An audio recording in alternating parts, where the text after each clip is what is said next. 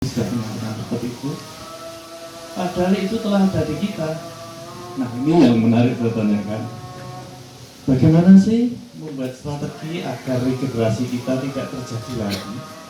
Kemudian saya yakin Pak Prof itu pasti punya wawasan bagaimana mencari strategi itu. Cukup banyak tadi penyampaiannya. Karena di saat ini ajaran atau nilai luhur kita sudah mulai muncul kompetitor atau pesaing sesama bangsa yang akan mengakui diri sebagai penemu utama. Nah, ini mohon dengan sangat pendapat dari Pak Prof Budi bagaimana mengantisipasi bahkan membuat strategi agar tidak terjadi diakui pihak Leo padahal kita sendiri punya itu Pak Prof. Satu saja, terima kasih Pak. Oh ya, tadi belum saya lupa terlewatkan salah satu ajaran Jawa yang dipakai, diteliti secara ilmiah dan diajukan sebagai disertasi di Nederland tahun 56 dan Chandra Gria Nusantara Chandra Jati Indonesia. Jadi ajaran itu diteliti secara empiris, secara analitik dan dipresentasikan secara ilmiah dan bisa mendapat penghargaan kumlot dari Universitas di Negeri Barat. Berarti kan strategi itu sebenarnya ada dan terbuka. Jadi kalau saya strateginya harus ada analisis, pengkajian dengan nalar, dengan secara ilmiah dan diajukan pada masyarakat ilmiah, dipertanggungjawabkan. Dan yang kita sayangkan itu legenda-legenda yang diceritakan tadi Pak Agus, seperti legenda apa? Satu malam Prambanan dan sebagainya, itu sebenarnya itu saya kok enggak yakin kalau itu legenda. Itu memang sengaja dikembangkan secara sistematis untuk menghambat kepercayaan kita terhadap nenek moyang, untuk mengurangi rasa percaya diri kita. Ya, kita itu selalu merasa di bawah, minder waduh. Tapi sebenarnya itu bukan semata-mata legenda, itu saya kira kok memang sengaja dibuat.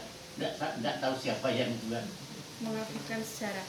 Ya, mengaburkan sejarah dan untuk anak-anak muda dan biasanya juga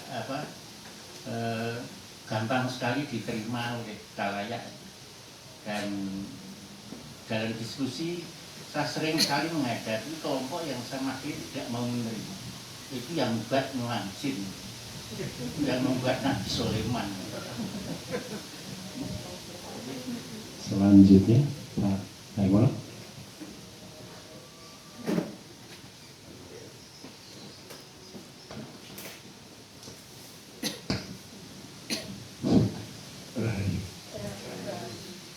Terima kasih Prof. Pemaparannya luar biasa. Nah, saya sebagai penganut SPP di Paguyuban SPP setiap di perjanjian beriman, apa yang dipaparkan itu semuanya benar, betul sekali. Nah, yang saya tanyakan kepada Prof, sejauh mana network yang sudah Prof kerjakan sehingga pesan yang ada di pedang ini bisa dikembangkan dan para penganut kepercayaan ayat ini bisa dilibatkan.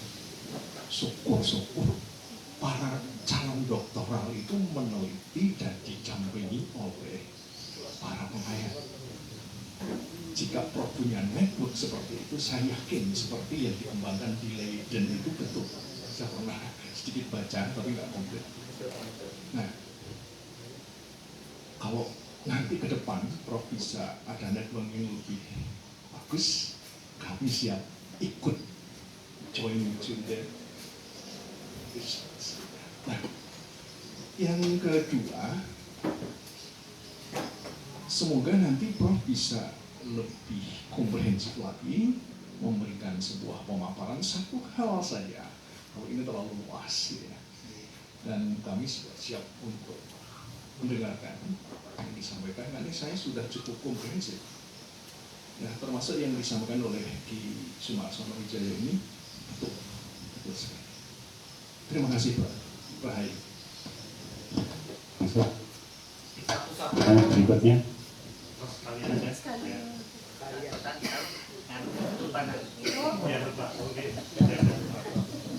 Mungkin kalau para MLKI bisa koordinir para penghayat ini bersama-sama nanti komision ke atau menugaskan salah satu pusat studi, siapa di pusat di sana banyak peneliti, kemudian entah dari MLKI atau penghayat juga ikut meneliti secara ilmiah.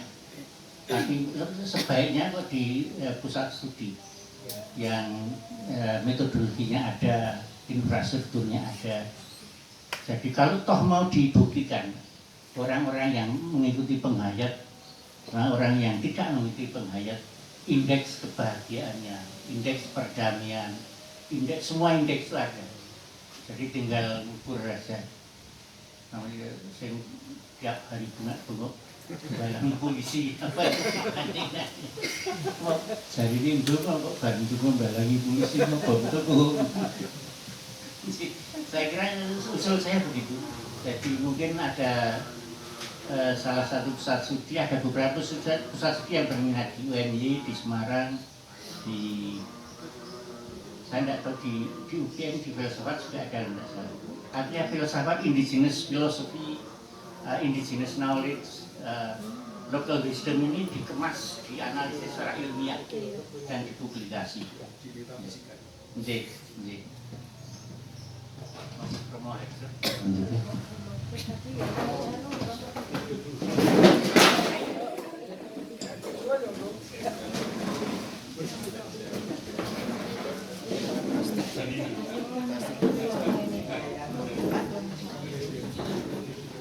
Nuwun sewu. Kula Sudibyo. Kula saking Purworejo dari Pagelen. Jadi Bapak Profesor Bukti ono lebih banyak ke cerita di Jogja dan Wonosobo. Apakah di daerah Pagelen itu tidak termasuk ada cerita tentang Megang? Karena saya hari-hari ini agak sedih. Karena Kabupaten Purworejo yang dulu ulang tahunnya berdasarkan Megang 1000 sekian tahun, 1049 tahun berdirinya Kabupaten Purworejo, mulai bupati yang baru ini diganti menjadi berdirinya karena penjajahan. Karena Cokronegoro I adalah anteknya Belanda yang menumpas Diponegoro. Karena menang Belanda, lalu Cokronegoro jadikan bupati pertama Purworejo. Menjadi kemenangan Cokronegoro itu dijadikan menjadi Kabupaten Purworejo. Artinya menurut saya cerita Medan dihilangkan. Saya pernah membaca bukunya Profesor Sakat Mulyono. Di Purworejo itu ada peninggalan desa namanya Watupuro. Watupuro itu berarti dari dia Watupuro kalau tidak salah. Itu menurut beliau, itu bertempat tinggal yang sekarang di desa Watupuro itu. Watupuro itu sebelah barat Sungai Bergowonto, naik Profesor ditindak ke Congot, nyebrang jembatan, ke kanan sedikit kira-kira 2 kilo per 1 kilo ada desa namanya Watupuro. Di situ bekas dari kerajaan Medan yang di Watupuro itu. Kemudian Kabupaten Purworejo itu tadi saya matur bahwa berdirinya itu berdasarkan dia kali itu membuat prasasti yang kemudian ditemukan di Gua Seplawan yang di itu berupa emas yang sekarang disimpan di Tatanan Nasional atau Arus Nasional. Di situ disebutkan bahwa Putri Diagali itu memberikan pada daerah itu sebagai daerah Simo. Itu tadi Bapak juga mendirikan bahwa punya otonomi khusus. Ya itu. Ya ini saya mohon cocokkan saja. Ini supaya saya sangat prihatin dengan banyak orang yang mengganti-ganti penemuan tadi sudah disebutkan Borobudur ditemukan bisa hemat dan sebagainya. Jadi kan kita sama prihatin. Mohon penjelasan. Mohon maaf saya tadi Alfa tidak menyebutkan bagian. Baglen merupakan lokus dari Medang yang sangat strategis. Hanya sayangnya tidak banyak tulisan mengenai Baglen. Jadi peneliti kita tidak banyak perhatian pada Baglen, tapi lebih fokus pada Wonosobo, Temanggung, Magelang, Jogja, Klaten dan sebagainya. Tapi yakin saya oleh karena di sana ada banyak peninggalan walaupun belum tercatat di prasasti secara lengkap. Di dua sekelawan itu ada arsa emas. Jadi, itu kalau tidak salah itu milik pedagang kaya di sana. Jadi dulu yang kaya zaman Medang itu bukan rajanya, tapi para pedagangnya itu karena mereka dagangnya itu sampai ke Afrika. Jadi yang kaya-kaya yang punya arsa emas itu pedagang atau bukan kepala daerahnya, bukan rajanya. Jadi mungkin nanti kalau boleh saya usulkan kita adakan brainstorming atau semacam lokakarya di Purworejo. Kita mengundang beberapa peneliti supaya ditelaah kembali. Oleh karena tidak mungkin kalau Baglen dihilangkan, entah itu statusnya sebagai di sana sebagai apa, ada daerah pusat sama daerah adipati, entah itu daerahnya Medang di kerajaan pusat di Medang atau daerahnya apa adipati, kita tidak tahu. Tapi saya kira Baglen tidak bisa dan Purworejo tidak bisa dipisahkan dari Medang secara Medang.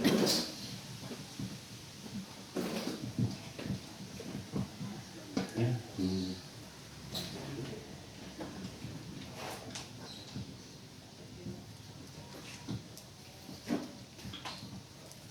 Matur Pak Prof, saya terkagum-kagum sekali dengan paparan dari Prof tentang Medang.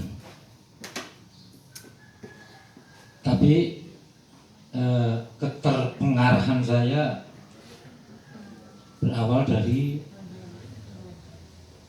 Prof sebagai ilmuwan yang basisnya di kesehatan, di kedokteran, tetapi kok menguasai juga hal-hal yang ini ranahnya seorang arkeologi. Nah ini Prof ini berawal dari sejak kecil atau apa ini? Biografinya saya penasaran juga. Keduanya Prof tadi berangkat dari Medang. Kenapa berangkat dari Medang? Sementara spiritualisme Jawa itu kemungkinan sebelum Medang pun sudah ada. Dan saya amati Prof dengan karya-karya mahakarya besar seperti candi-candi Borobudur dan sebagainya, itu memang berbasis teknologi dan keilmuan betul, murni ya, pure keilmuan. Nah sementara karya maha besar tersebut itu penuh mengandung filosofis. Nah kandungan filosofis itu pasti ada tuntunan Tuhan. Saya mohon pandangan Prof, apakah logika seseorang, pengembangan logika sehingga ditemukannya ilmu pengetahuan dan sebagainya, apakah melulu dari seseorang untuk mengembangkan logikanya atau dari tuntunan, kalau di penghayat tuntunan rasa sejatinya? Mohon pandangan dari Prof. Dan juga mungkin tidak untuk Pak Prof saja, Bu Rizky juga, supaya ada variasi.